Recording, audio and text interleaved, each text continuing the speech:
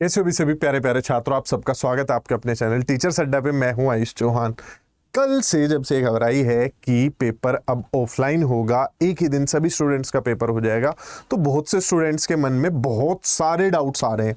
एक एक करके उन डाउट्स को मैं 2 पॉइंट में डिवाइड कर दूंगा। आपके मन में यही तो हो रहा है ना कि ऑफलाइन होने से नुकसान हो जाएगा, तो आप जो नुकसान मुझे बता रहे पहले तो आप उन पर चर्चा कर लेते हैं।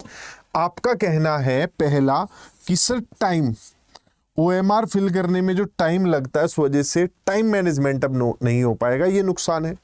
दूसरा नुकसान ये है कि जो बच्चे बाद में जिनका पेपर होता था ना, पूरा पेपर प्रेडिक्ट किया कराया मिल जाता था। शाम को मैं खुद क्या करता था, जैसे मैंने कोई आज पेपर हुआ, बच्चों से क्वेश्चन पूछे, 20 क्वेश्चन करवाए, अगले दिन वाले बच्चों को उसी में से क्वेश्चन मिल जाते थे। तो जो प्रेडिक्शन थी या पेपर का लेवल था वो इजी हो जाता था काफ़ी। ठीक, मतलब पेपर के सवाल तो वही थे, बहरहाल कोई ऐसा कुछ था नहीं कि बहुत कुछ आसान पूछ रहे थे ऑनलाइन में, लेकिन चीज़ें ये थी ना कि पता रहता था ये आएगा, ये क्वेश्चंस रिपीट हो रहे हैं, EVS में ये पैटर्न बन रहा है, तो पास परसेंटेज बहुत ज़्यादा बढ़ गया था। तो ये नुकसान आप लोगों को लग रहे हैं कि टाइम ईजी। और तीसरा एक पॉइंट बच्चों के मन में ये आ रहा है कि सर जो पेपर ये ऑफलाइन होगा, इसके सेंटर का कैसे करेंगे। इन सब चीजों के बारे में एक एक करके बात कर लेते हैं। तो 3 डाउट आ रहे हैं आप लोगों के मन में, तो पॉइंट मैं इसी नुकसान को फायदे में कन्वर्ट करके दिखाता हूं। मैंने दोनों समय के स्टूडेंट्स को पेपर करते हुए देखा, ऑफलाइन वालों को भी, ऑनलाइन वालों को भी। ऑनलाइन पेपर देने में जैसे अगर 100 बच्चे हैं तो 100 के 100 कंफर्टेबल नहीं होते हैं। बहुत से गरीब परिवेश के बच्चे तो पहली बार कंप्यूटर के सामने बैठ रहे होते हैं, उनके लिए तो पेपर में कहाँ क्लिक करना है, कहाँ क्या करना है, बहुत से बच्चे तो इसी वजह से फेल हो जाते थे। तो पहला, अगर मैं बात करूं कि क्या सबको ही टाइम उसमें फिजिबल रहता था कि बस टिक करते रहो कि इस क्वेश्चन का आंसर ये होगा, नेक्स्ट नेक्स्ट करते रहो और इजीली हो जाएगा, OMR भरने में टाइम लगेगा, तो ऐसा सबके लिए नहीं हो रहा भाई। बहुत लोगों को तो ना उस यूजर इंटरफेस से गो थ्रू करने में टाइम लग जाता था। पहला पॉइंट ये हुआ। दूसरे पॉइंट पर आते हैं, जो आप टाइम को लेकर कह रहे थे, जो इंटरेक्शन है वो हमारा पेपर के साथ ज्यादा होता है। पेपर मोड हमें चीजों को इजी बनाता है, हमें लाइवली लगती है, हमें उतना परेशानी नहीं होती है। सेकंड पॉइंट पर आते हैं कि सर अब गोले भरने में जो टाइम लगेगा, आइए उसे कम करवाते हैं। पेपर पढ़ने में उतना टाइम नहीं लगेगा क्योंकि आपके पास पेपर रहेगा। ऑफलाइन पेपर में क्वेश्चन ढूंढना और पढ़ना दोनों ही बहुत आसान होते हैं, पर्सनल अपने एक्सपीरियंस से बता रहा हूं। ऑनलाइन में सवाल ढूंढना काफी मुश्किल हो जाता है, बड़े बड़े पैराग्राफ्स, पेडागोजी के बड़े बड़े क्वेश्चंस स्क्रॉल कर करके पढ़ने पड़ते हैं, यानी कि एक स्क्रीन पे एक बारी में पूरा सवाल दिखता भी नहीं है, इतने बड़े सवाल होते हैं। दूसरी चीज, हिंदी इंग्लिश चेंज करना हो तो टाइम लगता है, यानी क्वेश्चंस जो बड़े होते हैं उन क्वेश्चंस को हमें पढ़ने में आसानी होती है।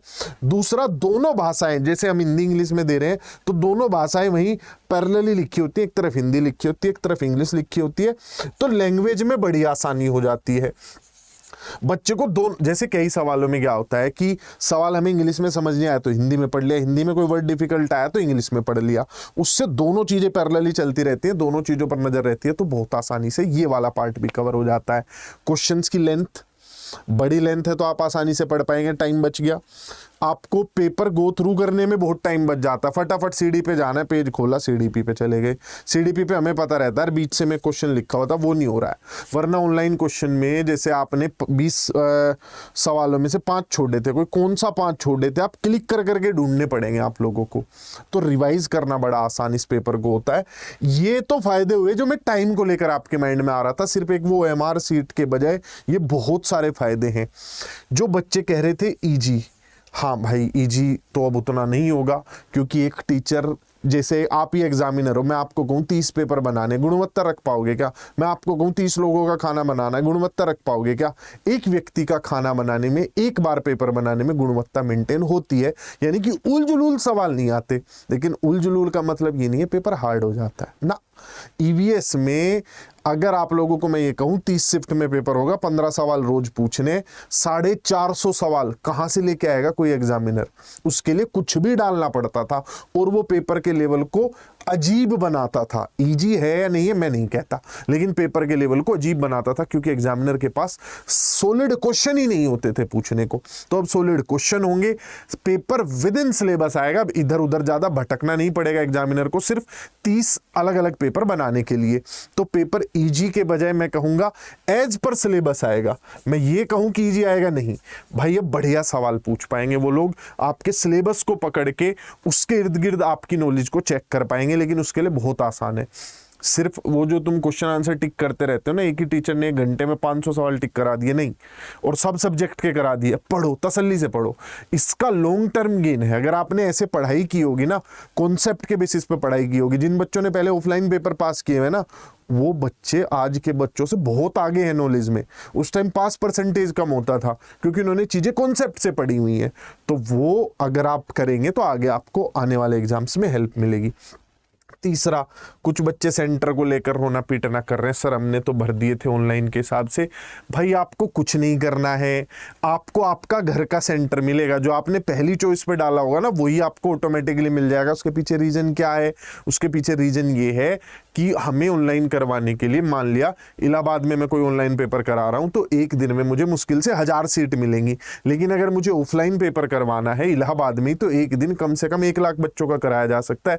इतने सारे स्कूल्स होते हैं। तो अब अगर पेपर ऑफलाइन हो रहा है तो बच्चों को ज्यादा दूर परेशान होने नहीं जाना पड़ेगा। तो अब इतनी सारी बातें सुनने के बाद चेहरे पर लाओ स्माइल। ठीक है, मैं हूं ना, परेशान क्यों हो रहे हो? और कल मैराथन लेकर आ रहा हूं आप लोगों के लिए, बाकी सब लोग भी मैराथन लेकर आ रहे हैं। निधि मैम खुद 3 बजे मैराथन लेकर आ रही हैं इंग्लिश की, वो 1 बजे मैराथन लेकर आ रही है 1 से 3 इंग्लिश की। मैं फिर 3 बजे लेकर आ रहा हूं आपको मैथ्स की क्लास। 7 बजे आप लोगों को जो है क्लास मिल जाएगी साइंस की। ऐसे बहुत सारी मैराथन्स हैं, कल आप देख लीजिएगा, जिनके टाइम मुझे भी याद थे मैंने आप लोगों को बता दिया। बाकी पढ़ते रहिए, मुस्कुराते रहिए, हम लोग हैं ना। और जो बच्चे किसी भी रूप से चाहते हैं कि सर कोई ऐप पे प्रैक्टिस करने के लिए मिल जाता, आपके नोट्स मिल जाते, फ्री में लीजिए, कुछ नहीं करना है। नीचे कमेंट में एक लिंक आएगा, उस पर क्लिक करना, sign in with Google, government job चाहिए, हम टीचर बनना चाहते हैं, ये सब ऑप्शन क्लिक करने के बाद स्टडी मटेरियल पे जाना है। ऐप में, ऐप ऐसे ओपन होती है स्टडी मटेरियल, प्रैक्टिस करते रहना, डेली क्विज देते रहना सब्जेक्ट वाइज, और ये ऑल इंडिया मॉक टेस्ट देते रहना। फिर नोट्स एंड आर्टिकल्स में जाना, पूरी मेरी मैथ्स पेडागोजी की पीडीएफ पड़ी हुई है, 5 जून की, सारे चैप्टर हैं। इस पे क्लिक करोगे, नीचे जाओगे, सारे के सारे चैप्टर डाले हुए हैं, जाकर आप इसे आराम से सारे डाउनलोड कर लो, सोल्ड है। आपको लग रहा है कि सर अब पेपर तो डेप्थ से पूछेंगे, अभी तक तो सिर्फ रट्टा मार रहे थे, अब क्या करें? तो आपको कोई भी बैच में जुड़ना है बहुत सस्ती फीस में, तो आप चीज़ों के लिए जुड़ सकते हैं बेहतर तरीके से इस नंबर पर फ़ोन करके। कोई और जानकारी चाहिए हो तो वीडियो के नीचे कमेंट कर देना, लेकिन टेंशन नहीं लेनी है, क्योंकि तुम आयुष सर के स्टूडेंट हो, टेंशन देनी है। Bye bye, take care. Video पसंद आया हो तो इसे लाइक करके चैनल को सब्सक्राइब कर लो।